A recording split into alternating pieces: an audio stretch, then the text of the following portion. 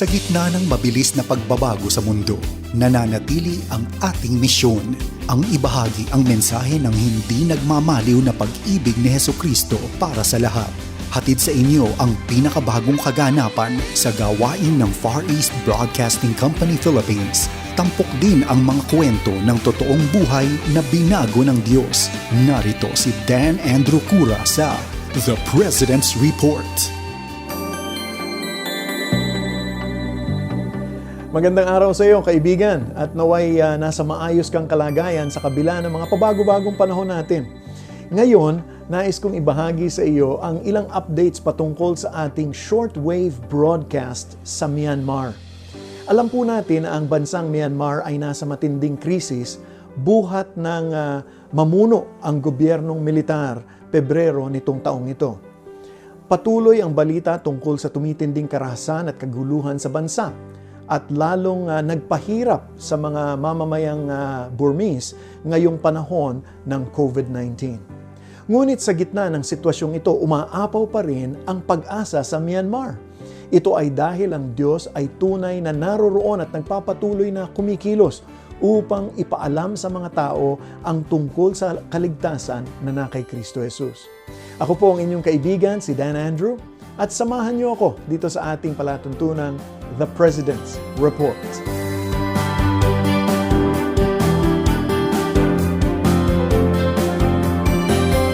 Kasunod ang naganap na kudeta ay naputol po ang koneksyon sa telepono at internet sa mga pangunahing lungsod ng Myanmar at maging ang TV network ng estado ay nawala sa ere. Inutusan ang mga telecommunications operators at internet service providers sa buong Myanmar na i-block ang mga social media sites, kabilang na dyan ang Facebook, Instagram, Twitter at WhatsApp. Gayun din ang Wikipedia at iba pang mga katulad na websites. Dahil sa limitadong paraan ng komunikasyon, ang mga tao ay nagprotesta sa lansangan. Ngunit ang naging tugon ng militar ay karahasan, malawakang panghuhuli at pagsuspindi ng mga pangunahing karapatan. Sa mga nauna na nating mga episodes ay naibahagi ko na sa inyo kung paanong umaabot ang mensahe ng Ebanghelyo mula sa Pilipinas patungong China at Timog Silangang Asya sa pamamagitan ng ating shortwave radio broadcast. Ang mga shortwave transmissions ay maririnig kahit na libu-libong kilometro ang layo dahil ginagamit nito ang atmosfera ng daigdig upang ihatid ang signal ng radyo pabalik dito sa lupa. Dahil sa siyensyang ito, ang mga shortwave broadcast natin ay hindi nalilimitahan ng mga balakid at maging ang mga kapangyarihang politikal. Sa gitna ng patuloy na krisis sa Myanmar, pinupuri namin ang Diyos para sa isang napakabuting balita na aming natanggap. Gusto kong ibahagi sa inyo ang liham na ito mula sa ating mga kaagapay sa Myanmar na sumulat sa amin matapos nilang masaksihan ang epekto ng mga shortwave broadcast ng FEBC sa mga tagapakinig sa Myanmar. Na upang maprotektahan po ang mga taong ito, hindi po namin ibubunyag ang kanilang mga pangalan at lokasyon. Ito po ang sulat na galing sa Myanmar. Nais kong magbigay ng update tungkol sa isang nakatutuwang balita na natanggap namin mula sa aming mga kasamahan sa ministeryo. Ang ilang mga pastor ay nagtungo sa isang pangkat ng mga katutubo kung saan nasaksihan nila ang isang mainit na pagtanggap sa Ebanghelyo. Sa pagtatapos ng unang araw, 30 mga pamilya o halos yung buong baryo ang nagpahayag ng pagnanasa na sumunod kay Jesus. Kinaumagahan, pumila sila upang putulin ang mga suot nilang mga kwintas at pulseras na di umano'y nagtataboy sa mga masasamang espiritu. Nauna sa pila ang kanilang pinuno sa kanilang paniniwala at sinabi niya sa kaibigan naming ministro, ito ang hinihintay naming marinig sa buong buhay namin. Tinanong ng kaibigan namin kung may dumating na ba doon sa kanila upang ipaliwanag ang Ebanghelyo at ang kanilang sagot ay ito. Taon-taon na kaming nakikinig sa mga broadcast sa radyo tungkol kay Jesus at lagi naming gusto pang matuto ng higit pa. Pero kayo ang unang pumunta dito upang ipaliwanag ito sa amin ng personalan. Pinasasalamatan nila ang mga broadcast ng FEBC Radio para sa paghahanda sa mga kaluluwa sa lugar na ito bago sila dumating. Pagkalipas ng ilang araw, dumating ang militar at binantaan ang mga taga roon gamit ang kanilang mga baril upang talikuran ang kanilang bagong pananampalataya. Sa kabila ng banta sa buhay ay tumanggi sila. Humingi ng multa ang militar sa bawat sambahayan na piniling sumunod kay Jesus. Mas pinili nila na magbayad ng multa sa halip na bitawan ang kanilang pananampalataya. Sa kasamaang palad, ang kaguluhan sa politika sa Myanmar ay humahadlang pa rin sa ating mga kaministro sa pagbabalik doon sa lugar na iyon.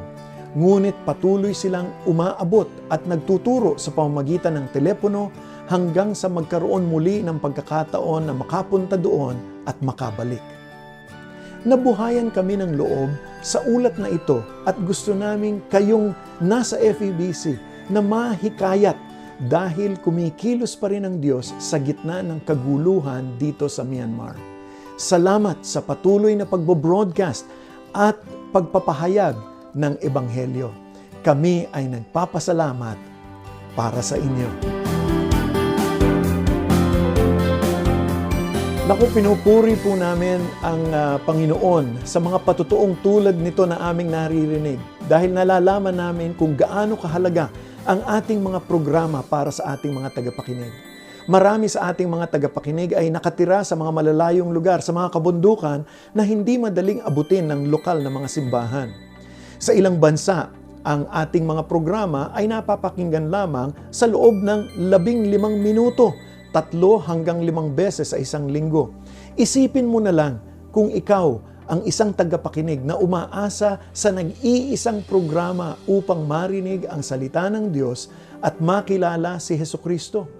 Ganito kahalaga ang radyo sa buhay ng isang tagapakinig dahil maaaring ito lamang ang tanging pinagmumulan ng kanilang kaalaman tungkol kay Hesukristo upang magkaroon sila ng lakas ng loob na magpatuloy sa kanilang pananampalataya. Patuloy po nating ipanalangin ang Myanmar. Naway patuloy na palakasin ng Panginoon ang espiritu ng mga Burmese at nang ibigay niya ang kanilang mga pangangailangan, lalong-lalo na sa mahirap na panahong ito. Naway supilin ng Panginoon ang mga kapangyarihan na namamahala ngayon at magdala siya ng kapayapaan at demokrasya sa bansang Myanmar. Ipanalangin po natin ang mga kaagapay sa ministeryo, ang lahat po ng mga pastor, ang mga Kristiyano, ang lahat po ng mga tagapakinig ng ating shortwave broadcast sa Myanmar. At naway patuloy silang lumapit sa Panginoon at ingatan sila ng Diyos at ang kanilang mga pamilya mula sa kapahamakan. Ipanalangin din po natin ang ating mga FEBC staff, ang mga kasamahan natin sa Bukawi, Bulacan at Iba, Zambales sa ating shortwave transmitter site na siguraduhin nilang lumalabas ang broadcast patungong China at Southeast Asia. Panghuli, ipanalangin po natin ang pinansyal na probisyon ng Diyos upang mapanatili ang mga operasyon ng shortwave. Ang mga shortwave broadcast po natin ay nangangailangan ng napakalaking halaga ng kuryente. Pati na rin po ang masusing pagsasaayos po ng mga kagamitan nito sa pagbo-broadcast, kaya po napakalaki ng ating gastusin dito sa lugar na ito. Kung gusto mong suportahan ang broadcast ministry ng FEBC maging sa shortwave operations, mangyaring bisitahin ang donatenow.febc.ph o ipadala ang inyong donasyon sa pamamagitan ng ating mga opisyal na bank accounts at iba pang mga payment channels tulad ng GCash. Para po sa karagdagang impormasyon, sundan po natin ang @FEBCPH sa Facebook at Instagram. Naku, maraming salamat po sa inyong pakikinig. Muli po ako po ang inyong kaibigan, si Dan Andrew, para sa The President's Report. At kung kayo po'y nanonood nito at nakikinig sa Facebook, mag-like naman po kayo. At kung kayo naman ay nanonood sa ating YouTube channel, subscribe, sabi nga po nila.